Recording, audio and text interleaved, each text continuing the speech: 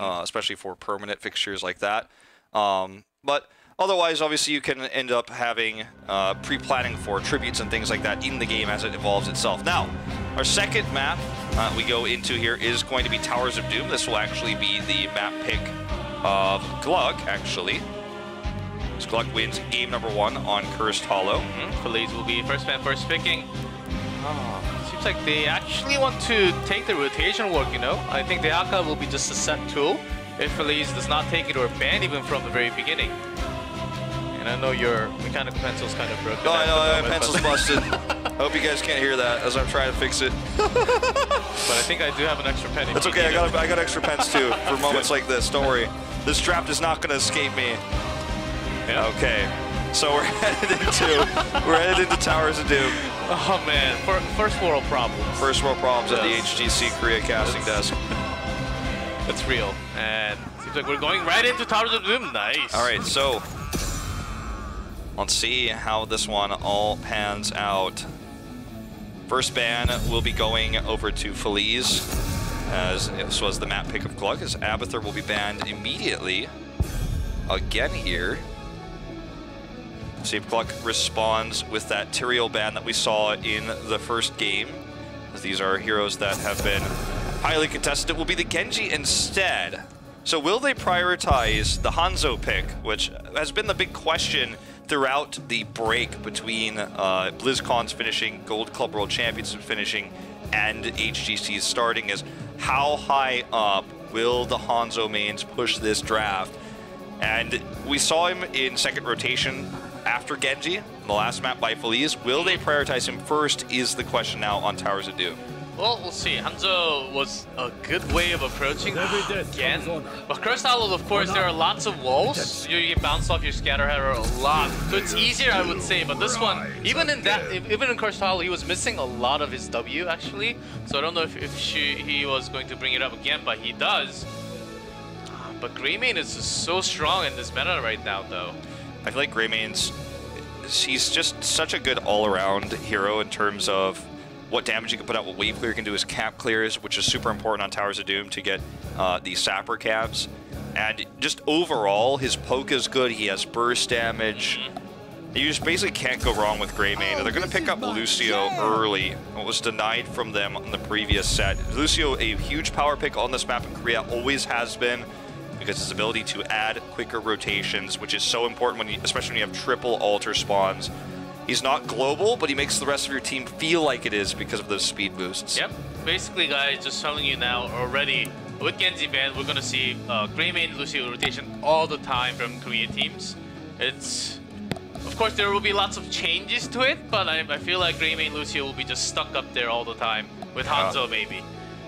Depending on the map, but they don't really depend on the map either. They can actually fit into all maps right now, even Volskaya. So that's the powerful weapon that if they can practice, actually have the timing to do it, then they can work it out in every single map. So we're in solo support. It seems like we've only seen one game, but that's been the majority of what we've seen, given only one game. But we saw less in scrims too.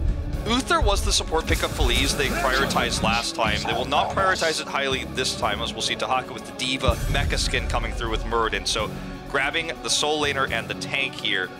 I don't think Uther was the right pick given the last draft, and I hope they don't prioritize him with this draft either. He doesn't synergize well with Hanzo, he doesn't synergize well with Tahaka, so I'd like to see that one skipped this time around. Yep, of course Genji's back, banned out from the other side. I think that's exactly why they don't want to have Uther anymore. Of course, Lucio taken away. Maybe it's their time to take Stukov into their own hands. GLuck taking some time. I think Stukov even...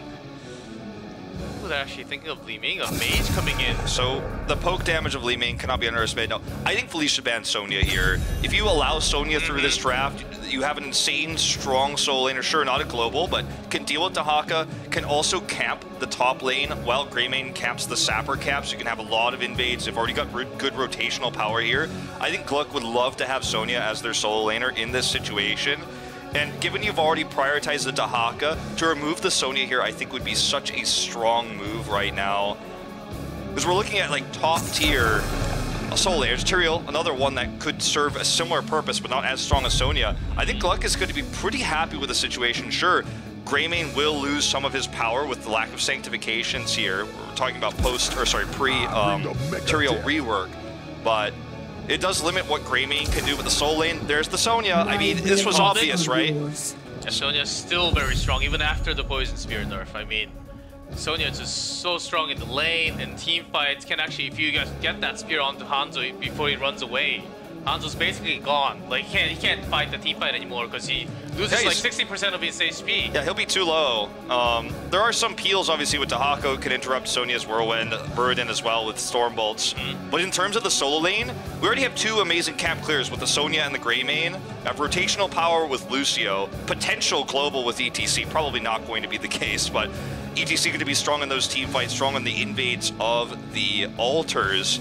And Felice's response is going to go back to the Cassia, and if they want Uther with this Cassia, I could see why. Cassia could dive well with it. They did protect her pretty well, but I like the Rhaegar more because of the camp clears, and I think taking Wolf Run at level 1 would be super smart for him as well. Also, they do have the global, so everything can actually work out, but so far I still do like GLuck's drafting a lot more. It's a lot more stable. They do have the burst damage in terms of all the rotational and teamwork. The micro and the macro is already there, even without the 5th one.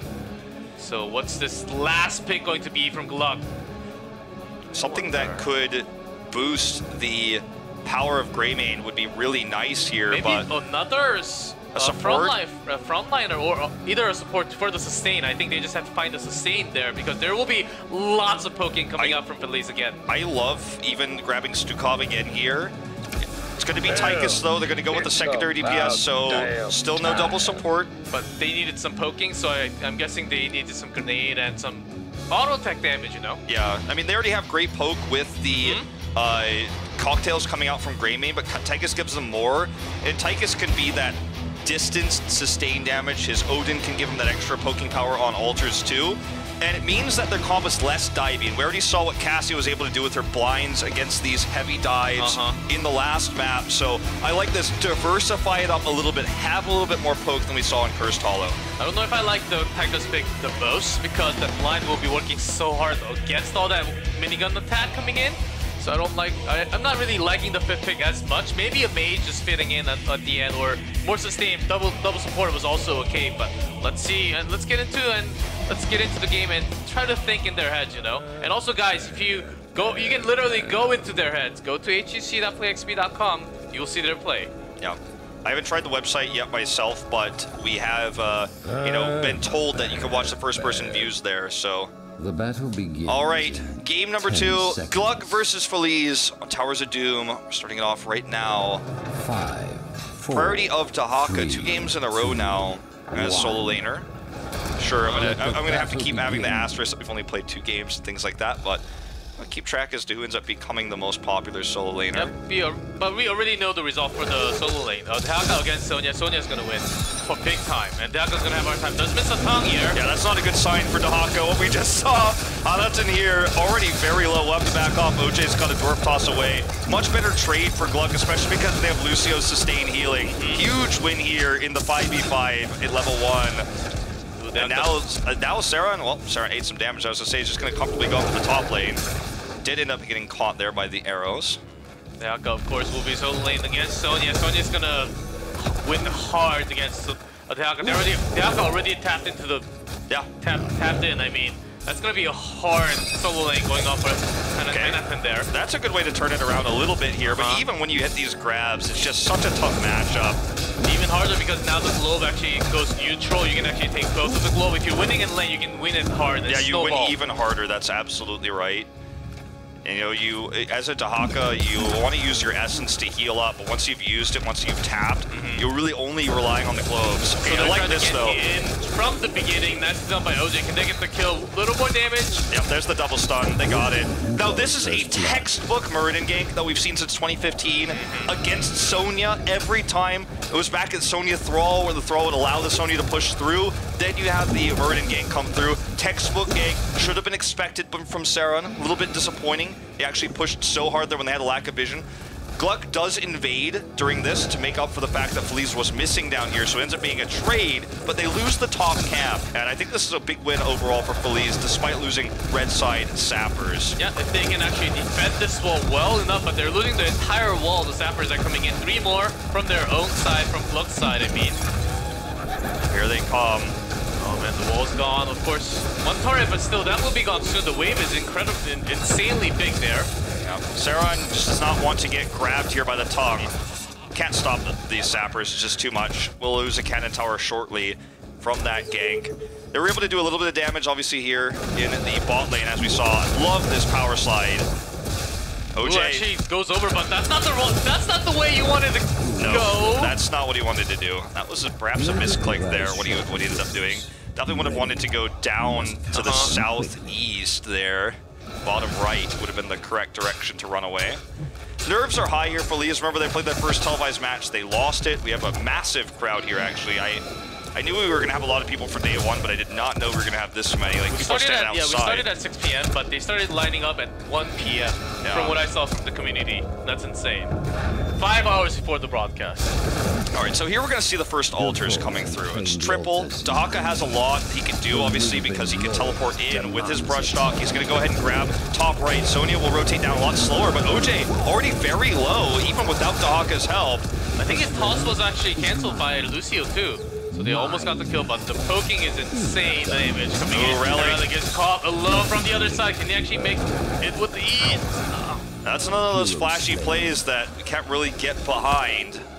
He did a lot of damage, but there was no follow-up, and he looks foolish at the end of the day. Feliz will win the altar phase, and Dahaka, because he stayed top, because the OJ survived, and we saw the Relic's haphazard dive in to try to get the kill there.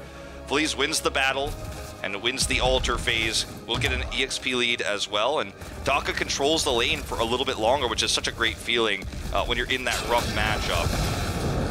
But that's the thing, Sonya will be winning lane soon, but Dahaka actually doing well against Sonya. Usually Sonya wins hard, but not as much with the game, of course, from the beginning of the game. And obviously Dahaka stayed there, so Sonya had to go and clear that wave. Now has control of the lane, will go and take those sappers you guys can see on the mini-map. Feliz gonna take red side sappers here as well. Ooh, Blue Beetle going like super aggressive. There's not much CC from the other side. Of course, I think he does have all the reasons to do so, and Hanaton doing some harass. I actually like this, what Hanaton's doing. You can't take it from Sonya, but you can stop Sonya from completing it. And now that it's only 2, like, he can go over there and sneak it if Sonya has to rotate down for the next altar phase, for example. So, nice little move here. Looks like these sappers are mostly just gonna stay neutral. Getting tons of damage onto mid-wave, but just not enough to go all the way in. Because they can actually get caught if they go all the way in with some CCs turning around with the power slide. They can make it into a trade. So let's see if Saran actually stays here the entire time this time. If he leaves, Hanaton can steal that camp up there, can do a lot of experience soaking and structural damage, as we saw in the last altar phase. Already Saran is making the rotation down, so this is a good moment for Hanaton to kind of catch up in that lane, perhaps grab that camp. And could still obviously team fight if he chooses to because of his brush stock ability. That's why Dahaka is such a strong solo laner, his global ability. OJ leading the charge here, looking for the stun of the Blue Beetle, perhaps to lock him in, misses it. Actually, Sonya coming down, they should be realizing, and Dahaka should have called that, but Sonya is missing from the lane! Saran with a great spear here. Aimer goes down. They definitely did not call it out early enough. No awareness here on the side of Feliz. Good call, GLuck. They definitely did not see that one coming. Huge cocktail smashes. What's his name? Hanzo out of the game here. Well, you don't need to know his name. No. I'm not a Hanzo main. Okay, then we can be friends. I meant to say Frankel, of course. That's what I was trying to say. Our monitors are a bit far away, so sometimes we can't see the names to remember who they are. It's been a while since I've cast Frankel. It's been almost 3 years, but Relic and crew will clear this camp, retaking even the altar score, 32-32, and faster heroic talents. This is going to be that Odin as we expected, as well as the Mosh Pit. Not really needing to have the global, because Sonya wins the solo lane so hard. It's better for ETC to just keep the ability to win team fights. Hanaton just really can't steal this away. If he commits, I think he's going to regret it, especially with level 10 up here for Sonya. She goes ahead and pops her Fury. Frankel is coming up here, though. Actually, baiting this with Frankel coming up all the way. I think this will be a kill. Yes, it will. And the camp stolen. Nicely done by Feliz, but they will lose the bell tower on the bottom lane. Is it worth it, though? I don't think it's worth it. Obviously, this the kill onto Greymane will be worth if they kill the Greymane. I suppose so. Well, they got the kill on the Greymane. That should not have happened. But if Greymane had lived, it would not have been worth it. Isolation comes through. They get level 10, and they snag that kill. Will still obviously be more significant to have this altar lead, but because they got the kill here, Feliz should be able to clear this up pretty quick before the solo altar comes through. So you see Sauron heads back to the top lane. Protection coming through here for GLuck. They do not want to give this altar up. They want to use it kind of as an outpost as they control the solo altar. Yep, they have to. They already lost 2 of their members. It's going to take them a longer time to come all the way in. It's going to be just a single altar gladly for them at least, to catch up all the macro. Comes the poking from Hanzo. Oh my goodness, I do not like all the poking, but gets stunned. The cleanse nicely done, but let's go away. The Mosh! The triple Mosh! And make it into quad! Yeah, OJ walked right into that one. Ancestral onto Aimer is insanely good, but the sound barrier is better timed, and this is going to be a huge win for GLuck. And sure, in the top lane, we have that push from Hanaten, but it won't matter. He's not even able to get the altar phase. This is going to be 5 shots. Bell tower to the bottom, still alive. He doesn't get the top bell tower. Yeah, this is a disaster. Now, look where Sauron's heading. He's setting to set up to get a second bell tower in mid lane, whereas at the same time, GLuck is going to go ahead and take this boss. Hanaten can scout it, but there's nothing he can do to stop it. That was an insane mosh pit. We have a box here. It says notes. I'm going to write it here.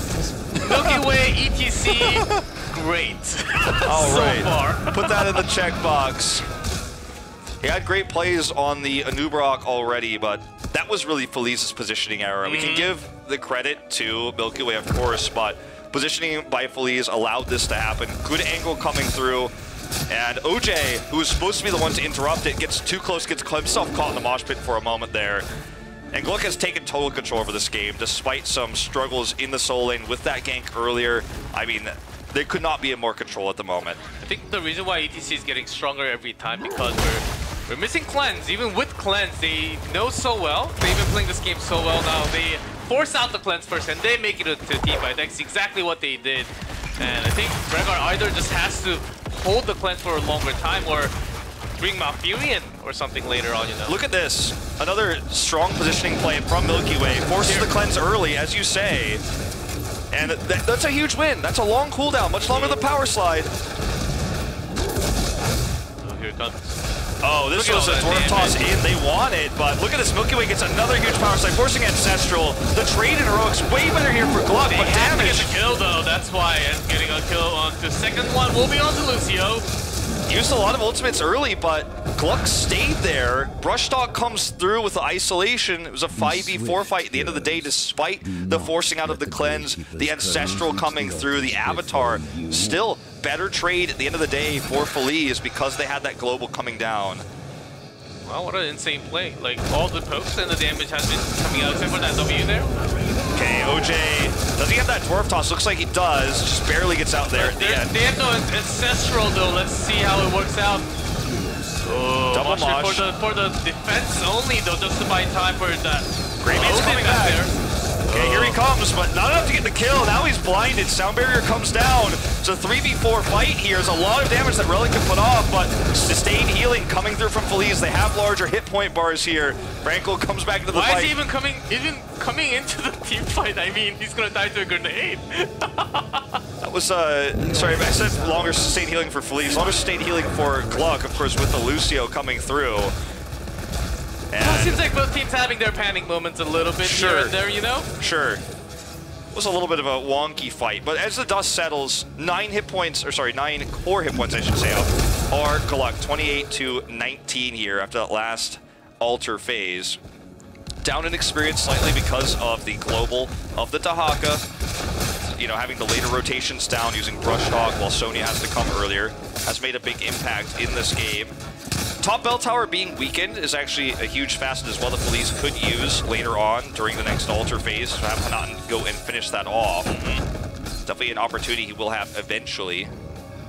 Only when Sonya is gone though. Saren is putting him in his place at the moment. Yep, seems like they want to go help Sonya take all that down now because they have to make the rotation, but they're being a little bit indecisive. ETC just going up and down all the time. Trying to gank onto Dehaka is not going to happen for a while. Ooh, this is the... It feels like it's a bad trade for GLuck. They still have to buy a lot of time, though. What do you think, I mean, I think this is a pretty good decision for Feliz to commit to this, but having Sonya stay up in the top lane for Saron, I don't like that, because they're going to lose this bell tower. Sonya cannot get the top bell tower. There's just no way she will get that in time. We've got 20 seconds left to go here, and it's triple altar phase. I think they lose more than they gain, especially with this. Huge stuns coming through. The orb's coming through. Sound barrier very late. Why is Relic going in? He should be going out. Blinded there at the last moment. Will escape. But isolation coming through here, and there's the grab. Saron could go down for the first time in the solo lane. There's the shields coming through. See who wins. It's actually going to be close. Oh, with the second grab. There you go. Hanaten will finish his quest with this as well. 5 shots that they're actually catching up in numbers very quick. And this is a triple auto phase if they get all 15 shots. Yeah. Let's see if they do. Dehaka's channeling on the right one. I think they will actually. Greymane's backing up. I think the decision to leave Saron, which might have been an individual decision by Saron. Look at all those shots. Yeah. It's 10 damage. I think Saron staying top there to try to push the bell tower was a huge mistake. They lost bot bell tower, gained nothing, and then he pushed so hard that he took a ton of damage from minions and took so much free damage in the top lane there from Hanaten as well. He gets the solo kill, and suddenly a massive lead for GLuck, and map control is completely taken away. Can't even regain control of this bell tower at the moment. Yep, the Sonic Dragon's Arrow actually hitting multiple. They're staying together. They should be away a little bit. Because if Lucio gets stunned, there's no sound barrier to actually help them survive. Sound barrier is the only one. It's back off cooldown now. All 10 heroics are available. This is going to be a defining moment in this game as we see the escorts coming through. Hanzo went, of course, for his W build, so he clears that camp so quick. Is going to come and invade here to grab the second one. They're looking for 6 shots into the core if they can get it. Look how quick Frankel, with this complete scatter arrow build, can clear this camp. Won't be able to finish it. They are rotating in, though. Remember, Dehaka can brush talk it. He's hidden himself on the minimap right now. As long as they're keeping the bell tower, I think they can just lose. Losing the Sapper is not the worst thing for Feliz. I mean, GLuck is just forced the way they barely have any poke. That's why I said that maybe they need some mages coming in. Tychus can do some damage, but it takes a long time. Yeah, with Tychus's range nerf, of course, that was a long time ago, back in spring of 2017. But still, with his range nerf, he's just not as useful in moments like this. Double stun coming through. Look at that damage.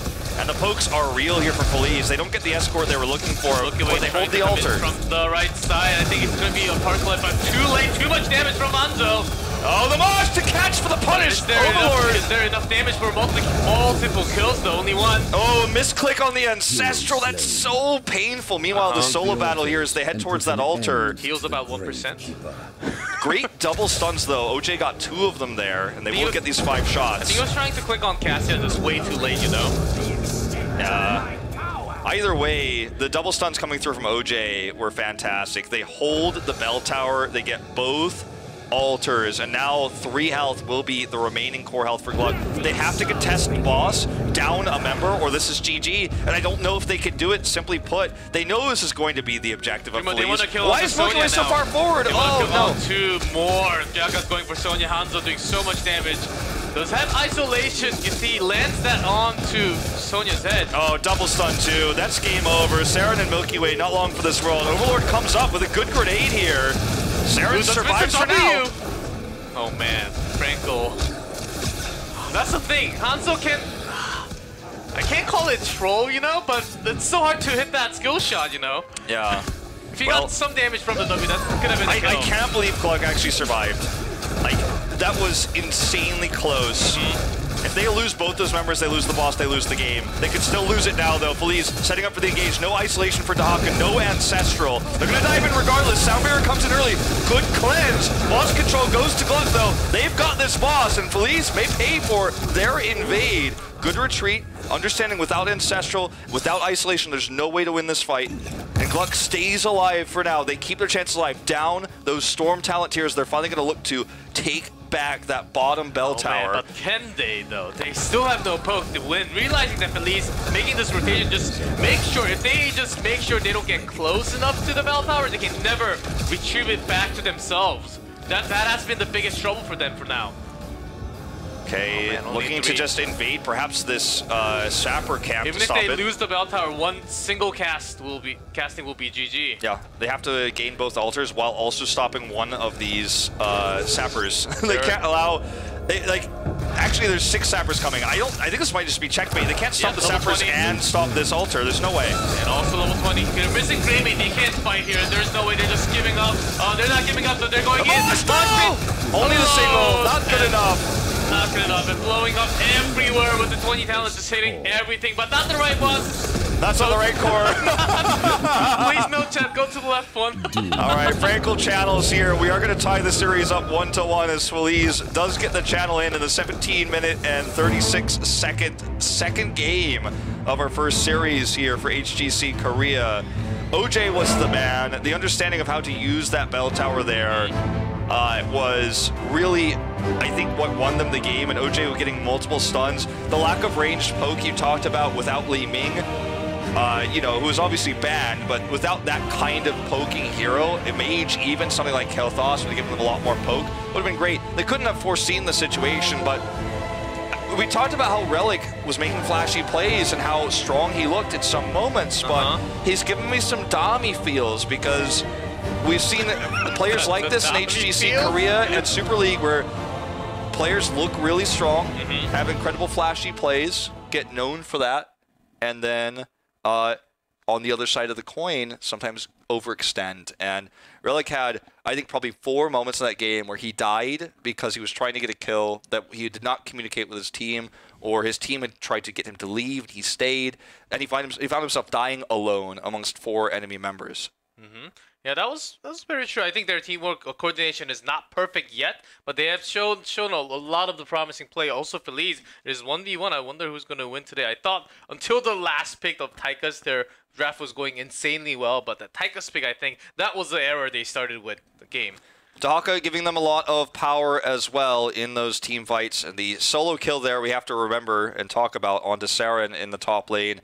Also the gank that was planned from OJ again, who got that kill in the early game. Those, I think, were the big factors that led to the catching up of Feliz to take that second game. So we're 1-1 of our first best of 5 tonight, guys. We're going to take a very short commercial break before we go into the remainder of this series. But do tell your friends that this is live and happening now. HGC Korea is the start of HGC in 2018. Is it the start of the new NA? I don't know yet. Of course, wait until match number 2, guys. We're taking all the feedbacks for sure. So we'll see how the meta settles here in Korea, and how it settles, of course, in North America and Europe later on tonight. But guys, we are going to jump to that commercial break. We'll see you soon, so stay tuned.